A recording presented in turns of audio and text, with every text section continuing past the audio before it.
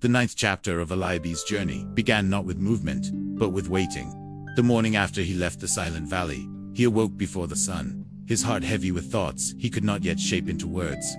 The fire from the night before had turned to ash, and the land around him lay quiet and still. Eliabe sat upon a stone and watched the horizon, remembering the voice he had felt within his soul. The promise was real, yet its weight pressed upon him more than ever before. He remained there for a long while, choosing silence over haste. Eliabe had learned that not every step forward required the feet. Some required the spirit alone. As the sun slowly rose, painting the hills in shades of amber and red, he prayed not for strength, but for wisdom. He knew that strength could fail, but wisdom, when rooted in faith, would endure. When he finally began to walk, his path led him toward a region where shepherds rarely ventured. The land was harsher there, the soil cracked and dry, as if the earth itself had known disappointment. Along the way, Eliabe encountered travelers whose faces carried the marks of struggle. Some asked him for water, others for direction, and a few for nothing more than a listening ear. To each, Eliabe gave what he could. He noticed that, in serving them, the heaviness within him eased, if only a little. By midday, the heat became intense. Eliabe sought shelter beneath a lone tree whose roots twisted deeply into the ground. As he rested, he reflected on the stories passed down by his ancestors, stories of men called by God who resisted, doubted, or fled from their calling. He realized that doubt was not the enemy of faith, but often its companion. What mattered was not the absence of doubt, but the choice to continue despite it. While he rested, an elderly man approached, leaning heavily on a staff. His eyes were sharp, yet gentle, and his voice carried the calm authority of one who had lived many seasons. The man greeted Eliabe and sat beside him, without invitation, as though their meeting had been appointed long before either had known it. The old man spoke of promises, those fulfilled and those delayed. He spoke of waiting years to see prayers answered, and of learning that delay was not denial. Eliabe listened intently, sensing that these words were meant for him. When he asked the man his name, the elder only smiled and said that names mattered less than obedience. Moments later, as Eliabe looked away, the man was gone, leaving behind only the quiet shade and a deep sense of peace. As Eliabe continued his journey, the land slowly changed. The ground softened, and small streams appeared, cutting paths through the earth. He followed one such stream until he reached a village resting near its banks. The people there were weary, burdened by recent loss and uncertainty. Crops had failed, and fear had taken root among them.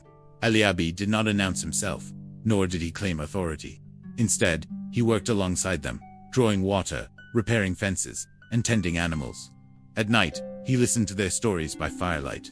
He spoke carefully, offering hope without false promises. Over time, the people began to trust him, not because of who he claimed to be, but because of how he lived among them. One evening, a child asked Eliabe why he traveled alone. The question struck him deeply. After a moment, he replied that sometimes God leads people into solitude so they may learn how to walk rightly with others.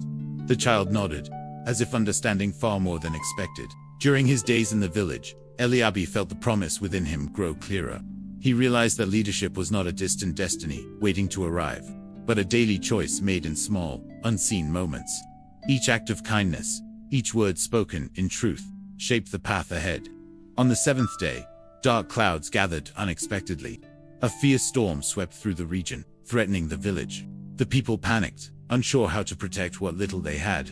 Eliabe stepped forward, guiding them calmly, organizing shelter and reinforcing weak structures. His voice remained steady, even as the wind roared.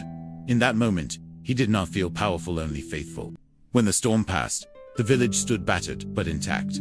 The people looked at Eliabe with new eyes. They saw not a wanderer, but a shepherd of hearts. Eliabe, however, felt no pride. Instead, he felt gratitude for the lessons learned, for the trust given, and for the promise that continued to unfold. At dawn the next day, Eliabe prepared to leave. The villagers offered him gifts of food and clothing, but he accepted only what was necessary. Before departing, he gathered them and spoke gently. He reminded them that hope must be renewed daily, and that faith grows strongest when shared. As he walked away, Eliabe sensed once more the quiet presence that had guided him since the beginning. He understood that the promise he carried was not meant to lift him above others, but to draw him closer to them. The road ahead remained uncertain, but his heart was steady. Chapter 9 closed with Eliabe standing upon a hill overlooking the land. The wind moved through the grass, and the sky stretched wide before him. He lifted his eyes and whispered a simple prayer of surrender. The weight of the promise was still there, but it no longer felt heavy. It felt holy. And so Eliabe continued, not knowing where the next step would lead, but trusting fully the one who had called him. The journey was far from over, yet his faith had taken deeper root. What lay ahead would test him more than ever before. But chapter 9 had taught him this truth.